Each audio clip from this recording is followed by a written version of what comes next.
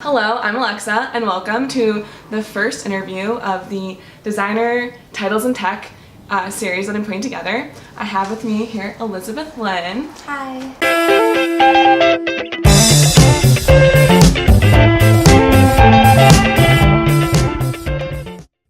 So Elizabeth is a product designer at Khan Academy. She's designing experiences for the classroom. She's passionate about teaching design and currently teaches through the Inneract Project, an organization that brings free design education to underserved youth. When not designing, you'll find her talking about Alexander McQueen or giving unofficial tours at the SFMOMA. Welcome, Elizabeth. Thank you. Yay.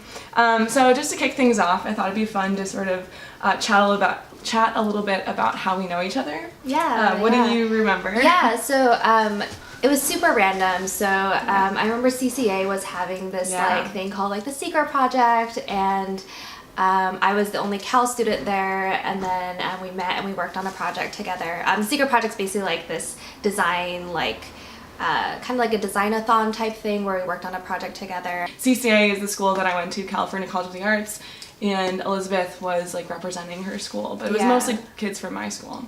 It was fun. Yeah, that was fun. And then honestly, after that, I think we randomly ran into each other. Yeah, we have a lot of mutual friends. It's so weird. Yeah. I think I would just I'd see you at a design event or at work, you were visiting someone else at work, and it's oh, there's Elizabeth. But Elizabeth's great. I think you've also done a lot of speaking gigs. You spoke for your class, right? Oh yeah, that was fun. I like to speak to students a lot, and so any way that I can help people get into design is always really fun. Yeah.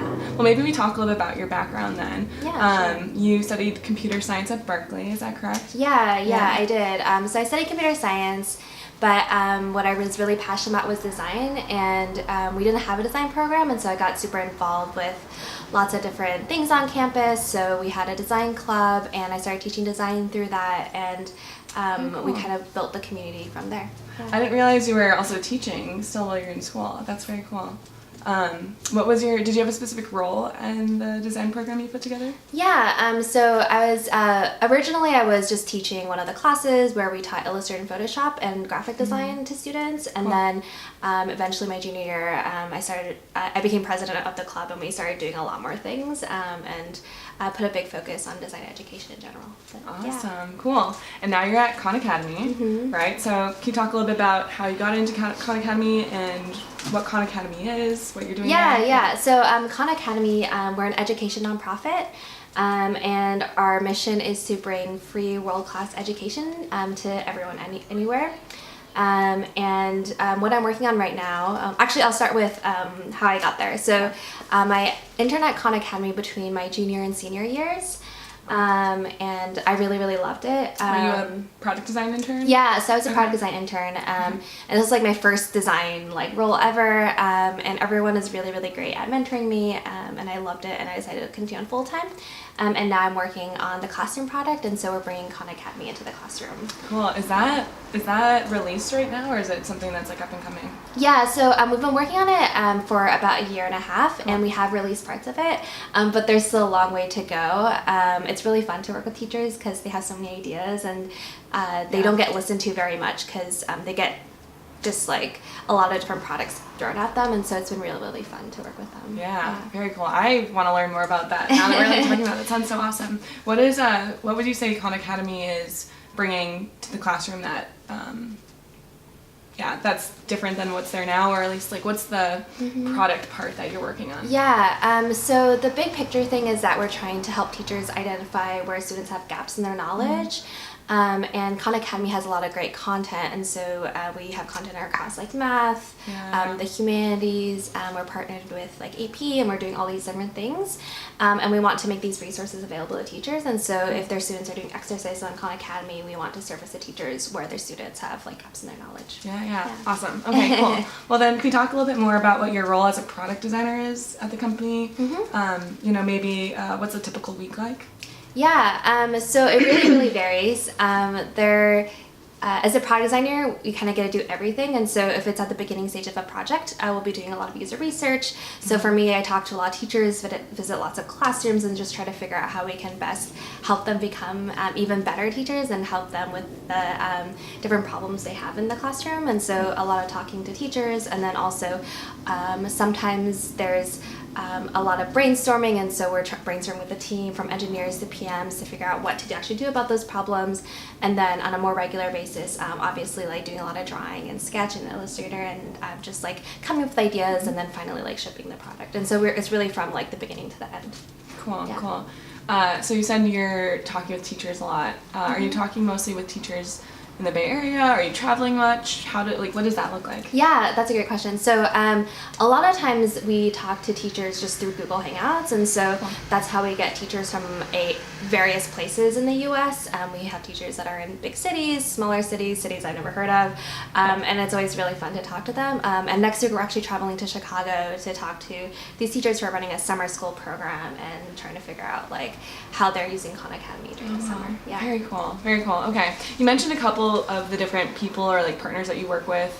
You know, maybe the teachers could be considered one of them, but you mentioned engineers, PMs, product managers. Can you talk a little bit more about your relationship with them and what that looks like from a product design perspective? Yeah. So we're super collaborative. So with engineering, at least, we oftentimes will throw ideas back and forth with each other. Sometimes I'll design something that's like completely impossible, at least for the scope, and then we'll try to negotiate and figure out what the better solution is. With product managers, it's a lot more about like defining the strategy and figuring out what we're actually building, and so that aspect of it is very collaborative as well, where we're constantly working together to figure out if we're building the best thing for teachers. Awesome. Very cool. And what would you say your relationship with the other product designers are? Yeah, I forgot about that.